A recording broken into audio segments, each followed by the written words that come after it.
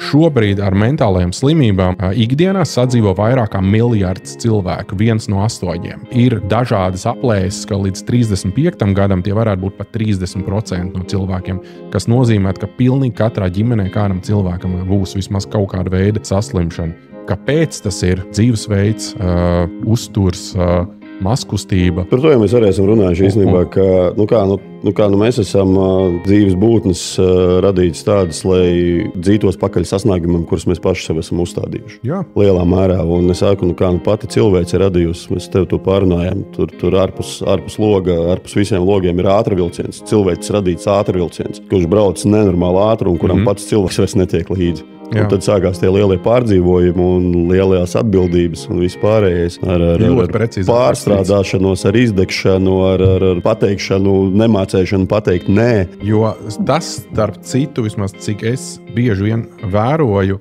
ir arī tas ceļš. No sākuma tā ir trauksme, kas ir no šīs pārslodzes. Parasti seko pēc tam izdegšana, jo vienā brīdī tu vienkārši tu nevari to ķermenis vienā brīdī padodas.